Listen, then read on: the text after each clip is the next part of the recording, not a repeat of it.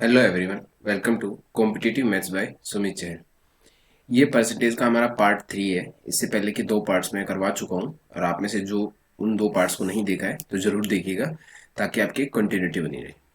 इस पार्ट में हम रेशियो, परसेंटेज से कैसे रेशियो बनेगा उसके ऊपर कुछ क्वेश्चंस करेंगे और एक्सपेंडिचर एंड कंजम्पशन के ऊपर जो कि क्वेश्चन बहुत ज़्यादा बार रिपीट होते हैं वो कुछ क्वेश्चंस करेंगे। तो हम स्टार्ट करते हैं। पहले हम कुछ क्वेश्चन एक्सपेंडिचर एंड कंजम्पशन पे करेंगे। तो क्वेश्चन वन करते हैं। The price of a certain item is increased by 15%. If a consumer wants to keep his expenditure on the items the same as before, how much percent must he reduce his consumption of that item? एक निश्चित वस्तु की कीमत 15% बढ़ जाती है। यदि कोई उपभोक्ता अपने व्यय को पहले की तरह ही रखना चाहता है तो उस वस्तु के उपभोग को कितना कम करना चाहिए। जो भी हमारे कंजम्पशन और एक्सपेंडिचर से क्वेश्चन होंगे इसमें तीन कंपोनेंट से बना होगा हमारा। कोई भी चीज का कोई प्राइस होगा, उस कितनी क्वांटिटी होगी और इसके कारण टोटल एक्सपेंडिचर कितना होगा। इसका तो आपको सबको पता होगा कि प्राइस इंटू क्वांटिटी से एक्सपेंडिचर आ जाएगा। कैसे कि कोई भी चीज अगर 10 रुपए है प्राइस और आपने उसको 4 यूनिट खरीद लिया क्वांटिटी तो आपका 40 एक्सपेंडिचर आ जाएगा टोटल। तो ये बेसिक फॉर्मूला जो इसमें यूज होगा इसमें हमेशा। अब इस क्वेश्चन को हम देखते हैं। The price of a certain article is increase by 15%। तो 15%, इसको हम अगर फ्रैक्शन में लिखेंगे तो कैसे लिखेंगे। पहला क्वेश्चन है तो मैं आपको लिख के दिखा देता हूँ वापिस से। परसेंटेज को हटाने के लिए 1/100 लिख देंगे, 3/20। तो ये परसेंट 15% होता है 3/20। ठीक है, इंक्रीज हुआ है तो मतलब कोई भी प्राइस जो 20 था अब वो 23 हो गया। ठीक है, इसमें किसी को कोई डाउट नहीं होगा। If a consumer wants to keep his expenditure on the item same, अगर हम एक्सपेंडिचर को सेम रखना चाहते हैं, ठीक है, तो हमें क्वांटिटी को कितना रिड्यूस करना पड़ेगा। अब आप देख लीजिए, अगर ये तीन कंपोनेंट से है और एक्सपेंडिचर अगर कांस्टेंट होगा तो प्राइस और क्वांटिटी का इनवर्स रेशियो होगा, यानी प्राइस क्वांटिटी का इनवर्स रेशियो होगा। तो क्वांटिटी हमारा क्या होगा, 23 से 20 होगा। इनवर्स रेशियो होगा, जहां प्राइस 23 होगा प्राइस 23 होगा क्वांटिटी 20, जहां प्राइस 20 होगा क्वांटिटी 23। आप इस चीज से समझ लीजिए, जैसे कि यहाँ पर आप एक्सपेंडिचर निकालेंगे वो भी 460 आएगा और यहाँ पर एक्सपेंडिचर निकालेंगे तो वो भी 460 आएगा। ठीक है, तो आप इसे समझ सकते हैं कि एक्सपेंडिचर कांस्टेंट है। एक्सपेंडिचर कांस्टेंट तब होगा जब हम प्राइस और क्वांटिटी का इनवर्स रेशियो ले पाएंगे। तो आपको समझ में आएगा कि मैंने क्वांटिटी को 23 से 20 कैसे लिखा है। ठीक है, अब इसमें एक्सपेंडिचर सेम बोला है तो क्वांटिटी में कितना रिड्यूस हुआ है, 3 यूनिट का रिडक्शन हुआ है। ठीक है, और किस क्वांटिटी पे रिड्यूस हुआ है, 23 पे, क्योंकि ओरिजिनल हमारी 23 थी, अब 20 क्वांटिटी हो गई प्राइस इंक्रीज की वजह से। तो कितने पे, 23 पे 3 का डिक्रीज हुआ है और परसेंटेज निकालने के लिए इंटू 100, तो ये हमारा आ जाएगा 300/23। आप इसको फर्दर डिवाइड करेंगे, 23 1 23 रहेगी 70, 3 69, 1/23%। ऑप्शन बी हमारा आंसर होगा। तो आपको इस कोई भी कंजम्पशन एक्सपेंडिचर वाला होगा उसमें आपको ये चीज पता होना चाहिए कि प्राइस, क्वांटिटी और एक्सपेंडिचर में क्या रिलेशन है। आपको कोई भी दो चीज दी होगी और तीसरी चीज पूछी होगी तो आपको हर चीज को और फ्रैक्शन से ही करना है। जैसे कि मैं आपको स्टार्टिंग से बोलता आ रहा हूँ कि मैं सब हर पूरी परसेंटेज को हम फ्रैक्शन से ही करेंगे। ठीक है, तो नेक्स्ट क्वेश्चन पे बढ़ते हैं। सेम क्वेश्चन आ गया। If price food prices go up by 10%, by how much should a man reduce his consumption so as not to increase his expenditure। ठीक है, तो वही है price, quantity and relation expenditure वाला है। इसमें भी क्या बोला हुआ है, एक्सपेंडिचर इंक्रीज नहीं होना चाहिए, कांस्टेंट है, तो प्राइस और क्वांटिटी का इनवर्स रिलेशन हो जाएगा। अब प्राइस क्या बोला हुआ है, 10% बोला हुआ है, 10% की फ्रैक्शन वैल्यू 1/10। गो अप बोला यानी इंक्रीज हुआ है, तो यानी प्राइस 10 से 11 हो गया। तो क्वांटिटी इनवर्स रिलेशन है तो 11 से 10 होगी। अगर एक्सपेंडिचर कांस्टेंट आना था तभी देखो आप, एक्सपेंडिचर यहाँ पे भी 110 आएगा, यहाँ पे भी 110 आएगा। तो क्वांटिटी में कितना रिडक्शन हुआ, 1 यूनिट का रिडक्शन हो गया। कितने पे, ओरिजिनल क्वांटिटी 11 थी और मल्टीप्लाई बाय 100 कर देंगे तो परसेंटेज निकल जाएगा। तो ये 100/11, तो 11 9 जा 99, रिमाइंडर 1/11%। तो ऑप्शन ए मेरा आंसर हो जाएगा। तो आप देख सकते हैं कि हम सिंपल एक फॉर्मूले से ही ये क्वेश्चन करेंगे। तो मैं आपको प्राइस, क्वांटिटी और एक्सपेंडिचर पे 2-3 क्वेश्चन की प्रैक्टिस करवाऊंगा, और आपको कोई भी बुक मिलती है आप उससे प्रैक्टिस कर सकते हैं सिंपल लिख के। जैसे हमने परसेंटेज में किया वैसे ही कोई चीज अमाउंट में भी दी जा सकती है कि 6 रुपीज से 7.50 हो गया, तो price, the price of a commodity rises from ₹6 per kg to ₹7.5 per kg. If expenditure cannot increase, then percentage of reduction in consumption is consumption, ये फिर जो एक्सपेंडिचर जो हम लिख रहे थे, क्वांटिटी लिख रहे थे, वो है कंजम्पशन यहाँ पर। ठीक है, तो price into quantity total expenditure, ये मैं वापस वापस लिख रहा हूँ ताकि आप लोग को ये चीज वापस वापस लिखोगे तो याद हो जाएगी। अब एक्सपेंडिचर कैन नॉट इंक्रीज, ये कांस्टेंट हो गया, ये कांस्टेंट हो गया तो प्राइस और क्वांटिटी का इनवर्स रिलेशन हो गया। अब प्राइस 6 से 7.5 हो गया है, ठीक है, तो क्वांटिटी क्या होगी, 7.5 से 6 हो गई होगी, इनवर्स रिलेशन है। तो कितना डिक्रीज हुआ, 1.5 का, कितने पे, 7.5 पे, और मल्टीप्लाई बाय 100 कर देंगे तो परसेंटेज आ जाएगा। ये आप देख सकते हो, 15 5 75, ये इससे कटेगा 20, तो हमारा 20% आंसर आ जाएगा। तो क्वांटिटी 20% डिक्रीज हुई है। ठीक है, यही हमसे पूछा गया था, रिडक्शन इन कंजम्पशन। ठीक है, तो आपको देख सकते हैं कि आप सिर्फ और सिर्फ ये फॉर्मूला पता होना चाहिए और रिलेशन पता होना चाहिए। मैक्सिमम रिलेशन यही यूज होता है, एक्सपेंडिचर हमेशा कांस्टेंट मिलता है। अगर क्वांटिटी कांस्टेंट होगी तो प्राइस और एक्सपेंडिचर के बीच में डायरेक्ट रिलेशन हो जाएगा, और वैसे ही सेम प्राइस कांस्टेंट होगा तो क्वांटिटी और एक्सपेंडिचर के बीच में डायरेक्ट रिलेशन हो जाएगा। तो आपको ये तीनों चीज पता होनी चाहिए। तो नेक्स्ट क्वेश्चन देखते हैं इसी के ऊपर बेस्ड। ये क्वेश्चन है जो हमारे वीडियो 2 में हमने बहुत सारे नेट इफेक्ट के ऊपर क्वेश्चन किए हुए हैं, उससे रिलेटेड है। मैंने क्वेश्चन को यहाँ पे भी डाल दिया, आपका कल का पार्ट भी एक बार रिवाइज हो जाएगा। Water tax is increase by 20%। ठीक है, वाटर टैक्स यानी कहीं ना कहीं वो प्राइस की बात हो रही है, प्राइस 20%। अब 20% फ्रैक्शन वैल्यू 1/5, ये तो मैं सोच रहा हूँ कि अब सबको याद होगी क्योंकि हम पार्ट 3 तक आ चुके हैं अभी। तो प्राइस 5 से 6 हो गया। Consumption is decrease by 20%। 20% 1/5 होता है, डिक्रीज हुआ है तो यानी 5 का 1% 4 हो गया। तो द इंक्रीज और डिक्रीज इन एक्सपेंडिचर, अब एक्सपेंडिचर ओवरऑल कितना है, यहाँ प्राइस इंटू क्वांटिटी होता है 25, अब न्यू हो गया 24, तो कितने का रिडक्शन हो गया, 1 यूनिट का रिडक्शन आ गया, कितने पे, 25 पे, और इसको परसेंटेज में पूछा है तो मल्टीप्लाई बाय 100 करके ये 4, तो 4% डिक्रीज हुआ है क्योंकि 25 से वो 24 गया। तो आप 4% निकालेगा, इंक्रीज में मत कर देना गलती से भी, करी कराई मेहनत पे माइनस नंबर से देंगे, नेगेटिव नंबर से देंगे, तो इसलिए छोटी छोटी चीजें ध्यान रखना। डिक्रीज है हमारा यहाँ पर तो डिक्रीज पे कर देना 4%। कल की तरह अगर ये देखें तो कल वाले में जो हमारा नेट इफेक्ट देख रहे थे, A plus B plus A B upon 100, जो हमारी लास्ट वीडियो थी, अगर उस वाले फॉर्मूले में डालेंगे तो पहले 20% इंक्रीज हुआ है, फिर 20% डिक्रीज हुआ है, और यहाँ पर आपको पता है नेगेटिव, जिससे यहाँ पर नेगेटिव साइन आ जाता था, -20 इंटू 20 अपॉन 100, ये तो जीरो हो ही जाएगा, ये -4 बचेगा, यानी 4% डिक्रीज। तो ये नेट इफेक्ट वाले से भी आप यहाँ से निकाल सकते थे, मगर बेस्ट मेथड यही रहेगा फ्रैक्शन, और हमें पता होना चाहिए प्राइस इंटू क्वांटिटी एक्सपेंडिचर आ जाता है। ठीक है, ये कुछ क्वेश्चन है प्राइस, क्वांटिटी और एक्सपेंडिचर पे, इसमें सेम टाइप के क्वेश्चन ही बनते हैं, कोई भी क्वेश्चन करोगे आपको इसी चीज पे मिलेगा। तो मैंने 4 क्वेश्चंस आपको करा दिए, आप कोई भी बुक उठा लीजिए, प्रीवियस किरण की, राकेश यादव सर की, जो भी बुक उठानी है उठा लीजिए और कर लीजिए, ऑलमोस्ट सारे क्वेश्चन हो जाने चाहिए। अब इसी के सेकंड पार्ट पे हम चलते हैं इस वीडियो के, कि पार्ट इफ रेशियो का कैसे यूज होगा परसेंटेज के रिलेशन में, जिसे हम स्टार्ट करते हैं। If A exceeds B by 40%, 40% पहले क्या होता है, अगर फ्रैक्शन वैल्यू में लिखोगे तो 2/5। ठीक है, ये तो आपको अगर आप प्रैक्टिस करोगे तो आपको ये सोचना भी नहीं पड़ेगा कि 2/5 कैसे है, नहीं भी आपको आता है तो आप लिख लीजिए, परसेंटेज साइन को हटाएंगे, 1/100 से मल्टीप्लाई कर लीजिए, ये 2, ये 5, 20 से काटोगे तो 2/5 आ गया। तो क्या बोला, ए एक्सिड्स बी बाय 40%, यानी अगर बी 5 होगा तो ए 7 होगा, बी अगर 5 होगा तो ए 7 होगा, क्योंकि 40% ज्यादा है। ये पहली चीज पता लग गई मेरे को। Second, B is less than C by 20%, 20% क्या होता है, 1/5, तो बी और रेशियो सी निकालेंगे, बी लेस है 20%, यानी बी 4 होगा और सी 5 होगा।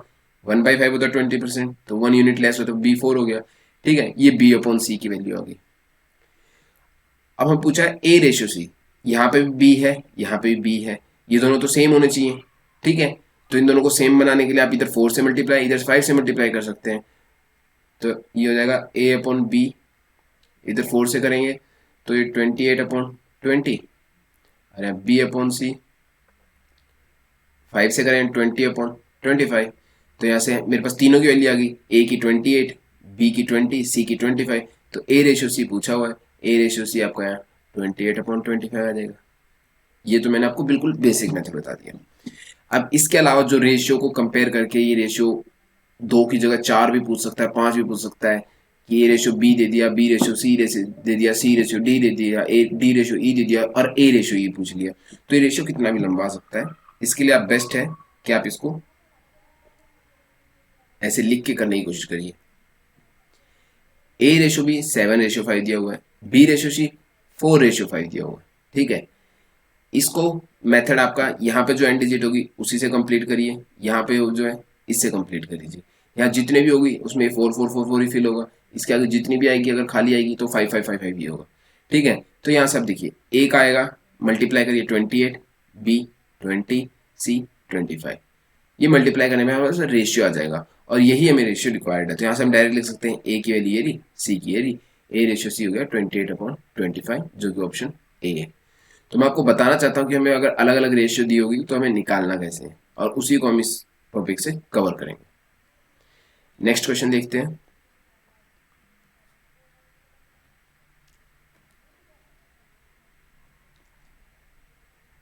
एक second, next question. The boys and girls in a college are in 3:2. If 20% of the boys and 25% of the girls are adults, the percentage of students who are not adult is। एक college में लड़के और लड़कियों की संख्या 3:2 के अनुपात में है। अगर 20% लड़के और 25% लड़कियां वयस्क है तो छात्रों का प्रतिशत नहीं है वयस्क, जो एडल्ट नहीं है उनका पूछा हुआ है। ठीक है, तो बॉयज रेशियो गर्ल्स 3:2 है। तो इसको हम अगर हम कुछ नहीं मान सकते तो इसको 3 और 2 मान लेंगे डायरेक्ट, तो भी चल जाएगा। नहीं तो कोई कांस्टेंट हम मान लेते हैं कि भाई ये 3x है तो गर्ल्स 2x है, और x की कोई वैल्यू दी नहीं है तो मैं 1 पुट करके भी यहाँ कर दूंगा तो मेरा कोई क्वेश्चन गलत नहीं होगा। फिर भी हम आपको बिल्कुल बेसिक से बता देता हूँ एक बार के लिए। 20% बॉयज में 20% और गर्ल्स में 25%। तो यहाँ पर हम टोटल निकालेंगे तो ये 60x बन जाएगा, यहाँ आ जाएगा 50x। ठीक है, टोटल हो जाएगा 110x। टोटल तो 110x है, टोटल नंबर ऑफ पीपल कितना हो गया 3x + 2x 5x। ठीक है, तो यहाँ से इसको काटेंगे तो एवरेज कितनी आ जाएगी 22, यानी 22% लोग तो एडल्ट हैं। तो नॉट एडल्ट वाले कितने बच जाएंगे, 100 में से 22 को माइनस कर दो, 78%। तो ऑप्शन सी हो जाएगा। ये एक मेथड है। अगर यहाँ पर कुछ भी नहीं दिया, आप इसको 3 और 2 डायरेक्ट मान लेते तो भी कोई फर्क नहीं पड़ता। 3 और 2 मानते तो यहाँ x आता ही नहीं, 110/5 बन जाता कि 3 बॉयज है 2 गर्ल्स है, टोटल 5 लोग हैं, इनकी 20 है इनकी 25 है, तो ये सिंपल x की जगह 1 आता हर जगह, तो 110/5 आता, वो भी 22% ही आता। यहाँ पर x को 2 मान लोगे तो 4:6 बन जाएगा, 3 मानो तो जितना मानना चाहो मान सकते हो, उससे कोई फर्क नहीं पड़ेगा। इसी क्वेश्चन को मिक्सचर एंड एलिगेशन से भी कर सकते हैं, मगर क्योंकि मिक्सचर एंड एलिगेशन अभी तक मैंने करवाया नहीं है तो इसलिए मैं आपको उससे बताऊंगा नहीं। वो जो मिक्सचर एंड एलिगेशन आएगा तो मैं आपको उसमें बताऊंगा, और उससे तो ये question max to max 10 seconds का होगा। तो अभी क्योंकि हम परसेंटेज कर रहे हैं तो मैं आपको परसेंटेज से बताऊंगा कि इसको किसी भी रेशियो में ले सकते हैं। जैसे 3:2 दिया हुआ है तो आप इसको खुद भी मान सकते हैं, कोई भी बॉयज रेशियो 3:2 दिया हुआ है, इसमें कोई बताया नहीं तो क्यों ना मैं इसको 300 और 200 मान लूँ अपनी मर्जी से। मान लिया 20% ऑफ द बॉयज, इसका 20% यानी 1/5 यानी 60 हो गया, एंड 25% ऑफ द गर्ल्स 25 यानी 1/4 हो गया 50। ठीक है, तो ये तो एडल्ट्स की होगी। नॉन एडल्ट्स कितने हो गए 240, यहाँ 150, तो कितने हो गए टोटल 390, और टोटल हमने कितने लोग माने थे 500, और परसेंटेज की बात होगी तो मल्टीप्लाई बाय 100 करेंगे, ये इससे कट गया, ये कटेगा 78%। यहाँ से भी सेम चीज़ आएगा। तो आप इसको कोई भी वैल्यू मान सकते हैं। मैंने 300 200 माना है ताकि मेरे को पॉइंटों में ना जाना। आप अगर 30 20 मानोगे या 3 2 मानोगे तो आपका पॉइंटों में आएगा, मगर आंसर तो सेम ही आएगा। तो आप जो चाहे वैल्यू मान सकते हैं। मैं हमेशा डबल डी 300 200 में जाने की कोशिश करता हूँ, क्योंकि इसका कोई भी परसेंट निकालने को बोलेंगे तो मेरे लिए ईजी होगा। जैसे 300 है, मैंने मान लिया, और उसका 20% बोला है, तो 300 का 20% आप ऐसे निकालोगे।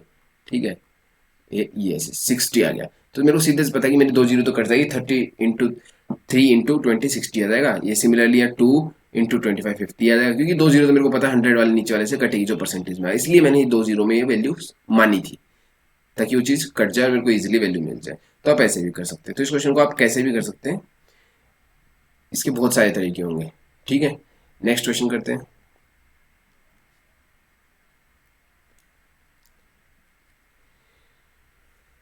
सेम टाइप का क्वेश्चन है।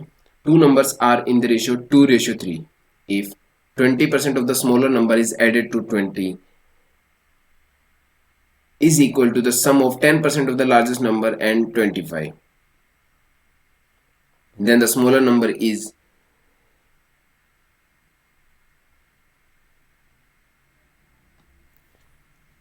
तो आप इसमें दो नंबर दिए हुए हैं, मान 2:3 में दिए हुए हैं। तो आप इसको, हमें पहले नंबर का 20% भी लेना है, तो 20% 2 का तो मेरे को लेने में हार्ड लगेगा, और 2 का लोगे 20% तो 0.4 लोगे, तो क्यों ना मैं इसको 20x और 30x मान लो। ये अभी भी 2:3 में है, कुछ मेरा चेंज तो नहीं किया मैंने अभी तक। 20% ऑफ द पहला नंबर, फर्स्ट नंबर, तो 20% यानी 1/5 होता है। 1/5 इसका कितना आ गया, 4x is added to 20 is equal to sum of 10% of the largest number. Largest number का 10% यानी 1/10, 1/10 यानी 3x हो गया direct. Sum of largest plus 25, ये दिया हुआ है sum of largest number and 25, तो यहां से मेरी x की वैल्यू आ जाएगी 5। ठीक है, अब पूछा गया find the smallest number. Smallest number मेरा क्या था, ये माना था मैंने, तो यहाँ x की वैल्यू 5 पुट कर दो तो कितना आ जाएगा 100, तो ये मेरा स्मॉलेस्ट नंबर हो गया। और इसी क्वेश्चन में अगर आपको डाउट भी है तो आप 1 सेकंड लगेगी, यहाँ से आप रीचेक भी कर सकते हो। 100 आ गया, 20% ऑफ द स्मॉलेस्ट नंबर, आपका ये स्मॉलेस्ट नंबर 100 आ गया, तो बिगर नंबर 150 आया।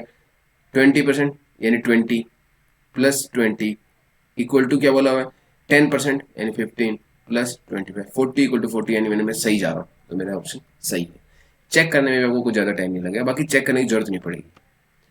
ठीक है, बस आपको ये पता होना चाहिए कि मैंने इस वैल्यू में क्यों लिया। इस वैल्यू में सिर्फ और सिर्फ इसलिए लिया ताकि मेरी कैलकुलेशन ईजी हो जाए।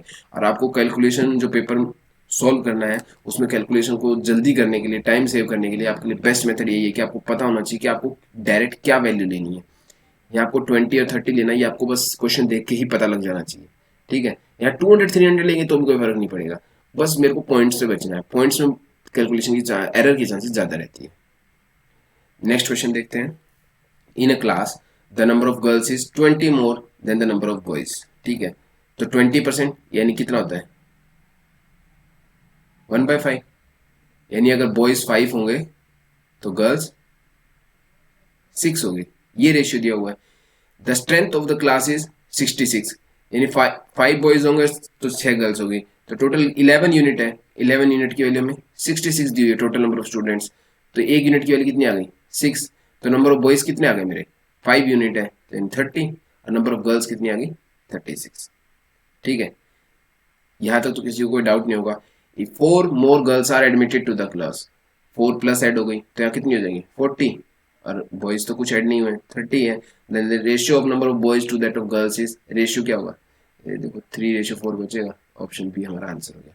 तो ये इजी है, बस आपको परसेंटेज को फ्रैक्शन में लिखना आना चाहिए। ठीक है, 5:6 में है, टोटल 66 यूनिट दिया हुआ है, तो 11 यूनिट की वैल्यू 66 दिया है, तो एक यूनिट की वैल्यू 6 आ जाएगी, तो नंबर ऑफ बॉयज और गर्ल्स निकाल सकते हैं सिंपल। निकलने के बाद गर्ल्स जितनी बोली है, बॉयज जितने बोलेंगे हम ऐड करेंगे और सिंपल उसका रेशियो निकाल लेंगे। तो इस वाले क्वेश्चन में भी आपको फ्रैक्शन का यूज कैसे करते हैं बस आपको ये देखना है। The price the expenses on fish, rice and oil of a family are in 12:, 17:3. The price of an article are increased by 20%, 30% and 50% respectively. Then the total expenses of the of family on these articles are increased by. ऐसे ही आप लोगों में जो लोग हिंदी में कर रहे हैं वो आप लोग हिंदी में क्वेश्चन पढ़ लीजिए और अपने आप एक बार प्रैक्टिस करिए वीडियो को रोक के, और फिर इसका सोल्यूशन देखने की कोशिश करिए, क्योंकि मैं सोल्यूशन पूरे हिंदी में ही करवा रहा हूँ और क्वेश्चंस मैं इंग्लिश में पढ़ रहा हूँ। आप हिंदी में पढ़ सकते हैं और सोल्यूशन देख सकते हैं। तो जैसे कि हम पहले करते रहे, 20%, 30% निकालना है, 50% निकालना है, तो 12:17:3। अब मैं सिंपल आपको डायरेक्ट बताऊंगा, फिश और ऑयल। मैं इसको 120 मान लेता हूँ, 170 मान लेता हूँ और ये 30 मान लेता हूँ। कोई फर्क तो नहीं पड़ेगा क्योंकि अभी भी सेम रेशियो में ही है। मैंने 0 0 क्यों ऐड की, ताकि मेरे को परसेंटेज में हेल्प मिले। अगर आप चाहो तो एक और जीरो ऐड करना चाहो तो वो भी कर लो, कोई फर्क नहीं पड़ता उससे भी। आप इसका 20% यानी 1/5 यानी कितना इंक्रीज हुआ होगा, 24। इसका 30%, 30% आप इसका निकालोगे तो आएगा 51। ठीक है, वैसे सिमिलरली 30 का 50% 15 रुपीज। ठीक है, तो पूछा क्या हुआ है, the total expense of the companies on this article has increased by, कितना इंक्रीज हो गया ये टोटल, ये हो गया 75 प्लस 90, इंक्रीज तो 90 का हो गया। किस चीज पे इंक्रीज हुआ है, हमारे इनिशियल कितना माना था हमने, इतना, ये कितना है मेरा 290 प्लस 320, यानी 320 पे 90 का इंक्रीज हो गया, 90 का इंक्रीज हुआ है 320। ठीक है, और मल्टीप्लाई बाय 100 कर देंगे तो हमारी परसेंटेज आएगी, यहाँ से आप काट सकते हो, ये 25 और ये 8, ये आ गया 225/8 आ जाएगा। और क्योंकि ये इसमें दिया हुआ है तो आप नन ऑफ दिस भी ऑप्शन है तो आप पूरा कैलकुलेट कर लीजिए, वरना हमें दिख रहा है कि 160 से ज़्यादा है तो 220 में आएगा, तो आप ये कर सकते हो, मगर नन ऑफ दिस भी दिया है तो आपको चेक करना होगा। 2 जा 16, 65, 8 जा 64, रिमाइंडर बच 1/8, यानी ऑप्शन सी ही हमारा आंसर है। तो आप देखिए कि मैं हर क्वेश्चन में जो अप्रोच कर रहा हूँ उसमें अपनी मर्जी से जीरो को ऐड कर रहा हूँ, क्योंकि मुझे ये परसेंटेज निकालना है और मेरी कैलकुलेशन ईजी हो। सिंपल, अगर मैं 12, 17, 13, 33 भी लूंगा तो भी आएगा मेरा आंसर, मगर सब चीज़ मेरी डेसिमल्स में मिल जाएगी। यहाँ 2.4 आ जाएगा, यहाँ 5.1 आ जाएगा उसकी जैसे, अगर मैं जीरो नहीं लूंगा तो 1.5 आ जाएगा। फिर आए 9.0 बनेगा, 9.0 बन गया तो 9 लिख दोगे, वो तो ईजी बन गया। अब मान लो यहाँ 7.8 बन गया होता, फिर वो पॉइंट में आप कैलकुलेशन करोगे और कहीं पे भी गलती कर दोगे, तो इसलिए सबको अवॉइड करने के लिए पहले ही मैंने सब कुछ कर लिया मल्टीप्लाई में। तो आपको यही अप्रोच अपनानी है अगर आपको टाइम सेव करना है एग्जाम में। तो नेक्स्ट क्वेश्चन है, Rama's expenditure and saving are in ratio 5:3।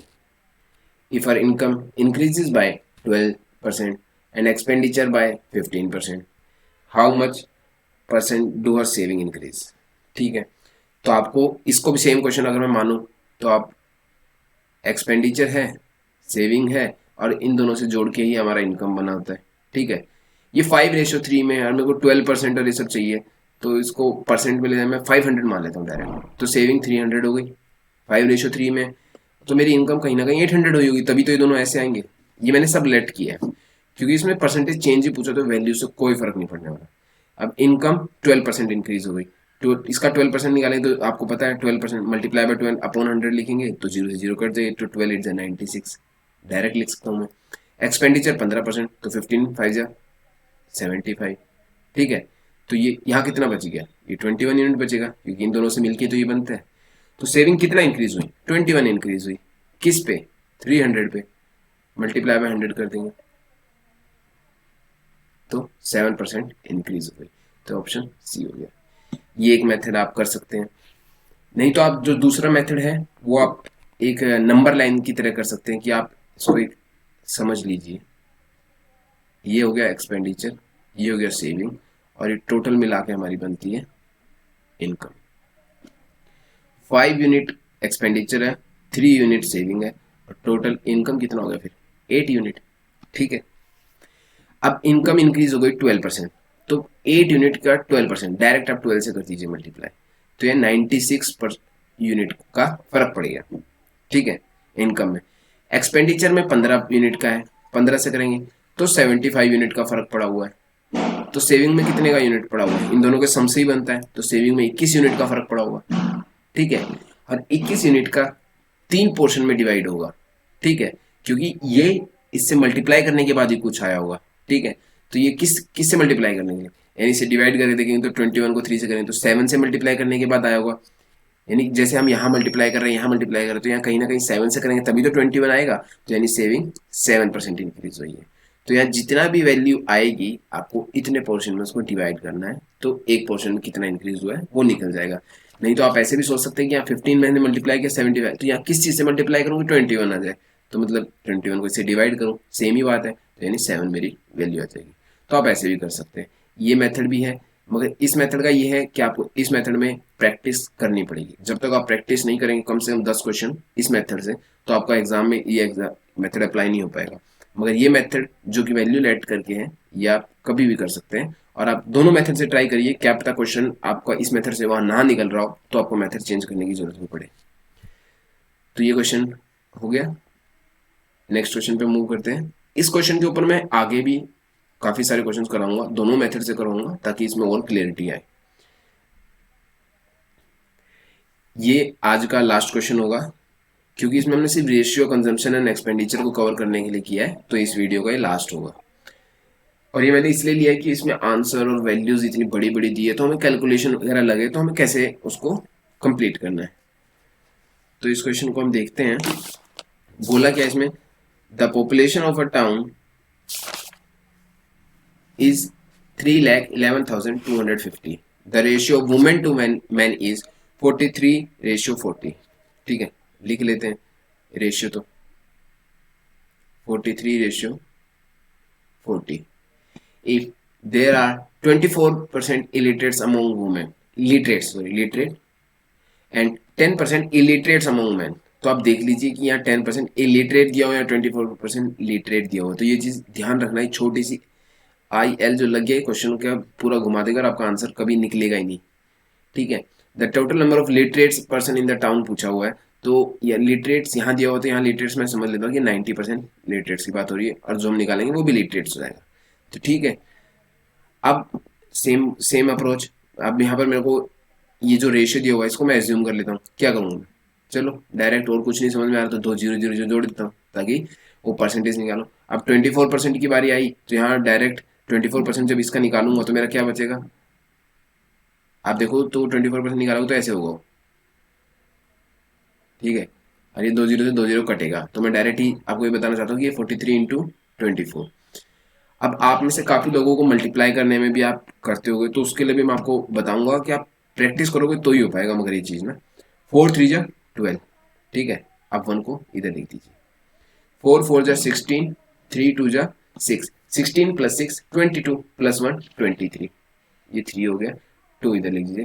4 2 जा 8 + 2 10, 1 0 3 2। तो आपको डायरेक्ट 1 लाइन में आना चाहिए। अगर आप वैसे लिख के करोगे तो भी आपके लिए कोई बड़ी बात नहीं है। 4 3 12, 172, फिर यहाँ 0 लिख के फिर ये करोगे, फिर टोटल करोगे तो कोई फर्क नहीं है। मगर आपको 1 लाइन में एटलीस्ट 2 डिजिट का मल्टीप्लीकेशन तो आना चाहिए, इससे जरूर टाइम सेव होगा। तो यहाँ कितना आ गया, 1032। यहाँ 90% बोला है तो 90 × 40 आएगा मेरा। ठीक है, क्योंकि 2 0 तो परसेंटेज वाले में कट ही जाएगी, तो ये आ गया। तो ओवरऑल लिटरेट्स कितना आ गया मेरा, इन दोनों को ऐड कर दूंगा मैं, इन दोनों को ऐड करते हुए 4 6 3 2। ठीक है, और मेरे टोटल नंबर ऑफ पर्सन थे कितने, मैंने कितने जूम किए थे, इतने, यानी 8600। यानी अगर 8600 पर्सन है उसमें से 4632 लिटरेट है, मगर टोटल पॉपुलेशन तो इतनी दी हुई है, तो कैसे कैलकुलेट करते हैं हम, 4632 अपॉन 8683, ये 4300 होगा, 4300 मल्टीप्लाई बाय 311,250। ठीक है, अब यहां से कैलकुलेशन करनी पड़ेगी। कैसे करोगे, देखो सबसे सिंपल है, ज्यादा वेट ना करते हुए कि इसका क्या होगा, तुक्का बिलन से आप लग जाओ। ठीक है, आप इसको 5 से करोगे, 1 जा 66। ठीक है, 5 जा 6 जा 30, 6 2 2 5, 2 से कर दीजिए 23, 16, ये हो गया 83। अब 83 प्राइम नंबर है तो इसको या इसको डिवाइड कर रहा होगा। ठीक है, इसको जब हम इससे काट के देखेंगे तो ये इससे 75 पे काट रहा होगा। तो ठीक है, तो हमारा क्या बच गया, हमारा, मैं आपको बताना चाहता हूँ कैलकुलेशन में करना क्या है, इंटू 75। ठीक है, अब इस कैलकुलेशन को सॉल्व करने के लिए आपके पास कैसे करोगे, मैं होता तो इसको पेपर में कैसे करता हूँ, ये है 75 को परसेंटेज में पता है क्या होता है, 3/4 होता है। परसेंटेज मैंने लगा दिया तो मतलब 100 से वापस करना पड़ेगा। ठीक है, यानी 75 को मैंने इस चीज में कन्वर्ट कर दिया। ठीक है, ये कन्वर्जन आपको आना बहुत जरूरी है। ये हो गया। अब आप इसको 4 से इसको डायरेक्ट 5 जा 20, 31, 7 जा 28, 9, ये आ गया। 579 को 3 से करोगे, 9 3 जा 27, 2 23, 2 1737 और 100 के 2 जीरो, तो 173700। ठीक है, ये हमारा आंसर हो जाएगा। इस क्वेश्चन को मैंने लिया ही इस रीजन था कि कैलकुलेटिव तो है। ठीक है, अब इसमें मिक्सचर एलिगेशन वगैरह कैसे यूज करेंगे वो सब मैं अभी बता नहीं रहा, क्योंकि हमने वो चैप्टर अभी स्टार्ट नहीं किया है। मगर इस चीज को सॉल्व आप ऐसे भी कर सकते हो, ये भी एक अप्रोच है और इससे इजी होगा आपका कैलकुलेशन। ये चीज आपको सीखनी होगी। वैसे ही सिमिलरली अगर कोई चीज 25 से मल्टीप्लाई होती है, कोई भी चीज होगी, मेरी कोई भी कोई है, अगर उसको मैं 25 से मल्टीप्लाई कर रहा हूँ तो मैं उस चीज को कैसे करता हूँ, उसको मैं 100 से मल्टीप्लाई करके डिवाइड बाय 4 कर देता हूँ। 100 से मल्टीप्लाई करना कुछ है ही नहीं, उस चीज के आगे डबल जीरो लिखना है और 4 से डिवाइड करना तो आपको सबको आता है, वो जल्दी हो जाता है। तो कोई चीज को मल्टीप्लाई बाय 24 करो, 25 करोगे या डिवाइड बाय 4 करोगे तो डिवाइड बाय 4 में वो चीज जल्दी आएगी। तो यही छोटी छोटी चीजें हैं जो आपको कैलकुलेशन में हेल्प करेगी, जो आपके एग्जाम में स्पीड बनाएगी और आप क्वेश्चन को अटेम्प्ट कर पाएंगे। तो इसी के साथ हम इस वीडियो का एंड करते हैं। आपको कोई भी क्वेरीज हो, गाइडेंस चाहिए हो, तो आप मेरे से इस ईमेल आईडी पे कांटेक्ट कर सकते हैं, या फिर फेसबुक या इंस्टाग्राम पे सुमित चहल के नाम से सर्च करके आप मेरे को देख सकते हैं। नहीं तो इसमें नीचे लिंक भी दिया हुआ है, आप मेरे से कनेक्ट हो सकते हैं। कोई भी आपकी क्वेरीज होगी आपको जरूर सोल्यूशन दिया जाएगा। और आपकी कोई भी क्वेरीज हो, आपको SSC, CGL, CHSL, railway, NTPC का जो एग्जाम चल रहा है, ठीक है, आईबीएससी, आईओ का जो एग्जाम अभी होने वाला है, तो आपको कोई भी हो आप जरूर कांटेक्ट कर सकते हैं, आपकी हर संभव हेल्प की जाएगी। Thank you.